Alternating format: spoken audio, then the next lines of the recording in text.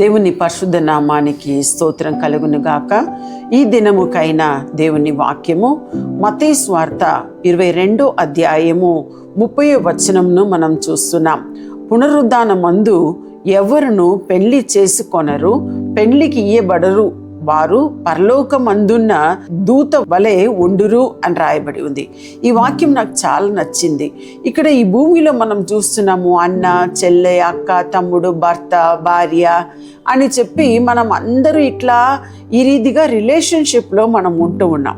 అంటే ఇక్కడ రాయబడి ఉంది పునరుద్ధానంలో ఒకవేళ మనం మరణించి పునరుద్ధానం తర్వాత మనం చూస్తే పునరుద్ధానం మందు ఎవరు పెళ్లి చేసి కొనరు.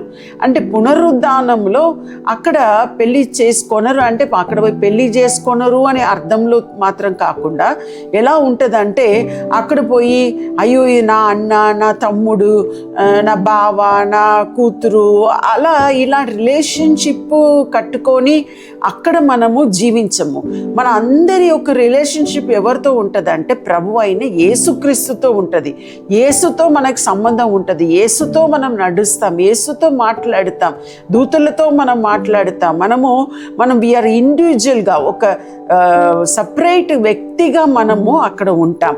అందుకే అక్కడ రాయబడి ఉంది అక్కడ పెళ్ళికి ఇయ్యడము, పెళ్లి చేసుకొనడము, లేదా పరలోకంలో వారు ఎట్లా అంటే సంబంధం కలవడము ఇవన్నీ ఏముండదు. ఎలా ఉంటామంట ఇక్కడ రాయబడి ఉంది దూత వలె ఉందురు, you will be like angels అని రాయబడి ఉంది.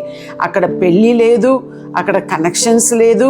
మన యొక్క సంబంధం అంతా కూడా ప్రభువు అయిన యేసుక్రీస్తుతోనే ఉంటుంది. దేవదూతల వలె మనం ఉంటామని ఉంది. నేను కూడా ఒకసారి ఒక దర్శనంలో చూశాను. చాలా సంవత్సరాల క్రితము సేవలో ప్రారంభ దిశలో కృంగిపోయి ఉన్నప్పుడు ఒకరోజు పరలోకానికి నన్ను తీసుకొని వెళ్ళి దేవుడు నన్ను చూపించాడు. ఒక సింహాసనం లాంటి ఒక చైర్లో నేను కూర్చొని ఉన్నాను.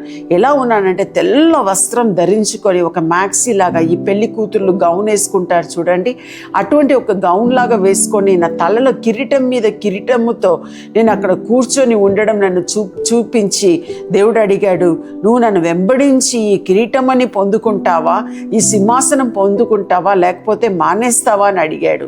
అంటే ఆయన అప్పుడు చాలా సంవత్సరాల క్రితం, ఒక 20 సంవత్సరం పైన ఉంటుంది.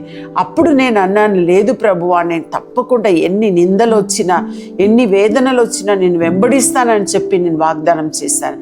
ఆ రీతిగా ఆ రోజు ప్రారంభించిన ఆ నిరీక్షణ పోరాటం ఈ రోజు వరకు కూడా కొనసాగిస్తూ ఇంకా దాదాపు 27-28 సంవత్సరం ఫుల్ టైం మినిస్ట్రీ చేస్తూ కొనసాగిస్తూ ఉన్నాను.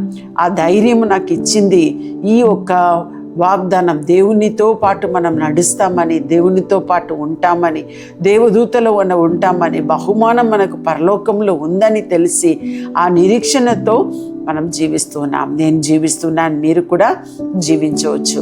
ఆ రీతిగా మీరు దేవుని వెతుకుతూ మీ శ్రమలో, మీరు ఇబ్బందిలో కూడా మీరు ఏం చేయవచ్చు అంటే దేవుణ్ణి గట్టిగా పట్టుకొని నిరీక్షణ కలిగి జీవించండి. ఆయన ఎప్పుడు కూడా మిమ్మల్ని విడువడు, ఎడబాయడు, మీతో ఉండి మిమ్మల్ని నడిపిస్తాడు, దీవిస్తాడు, ఆశీర్వదిస్తాడు. యేసు నామంలో మనము ప్రార్థన చేద్దాం. ప్రభువానికి స్తోత్రం చెల్లిస్తున్నాము. ఈ సమయంలో ఎవరెవరు నిరీక్షణతో నీ వైపు చూస్తూ ఉన్నారో ప్రభువా, వారి జీవితంలో ఎన్ని శ్రమలు వచ్చినా, ఎన్ని ఇరుకులు ఇబ్బందులు వచ్చినా ప్రభువా, నిన్ను వెంబడిస్తూ తండ్రి పరలోకంలో ఉంచబడిన ఆ దీవెనల కొరకు, పరలోకంలో ఉంచబడిన వాగ్దానములను పట్టుకొని ప్రభువా మేము ముందుకు సాగడానికి మీరు కృప చూపించండి. మీరే మాతో ఉండండి, దీవించండి, ఆశీర్వదించండి.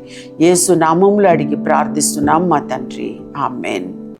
ఈ ప్రోగ్రాం మీకు ఆశీర్వాదకరంగా ఉన్నదని మేము నమ్ముతున్నాం. ఫస్ట్ లైక్ చేయండి, తెలిసిన వారు మీ ఫ్రెండ్స్ అందరికీ మీరు షేర్ చేయండి, తర్వాత సబ్స్క్రైబ్ చేయండి.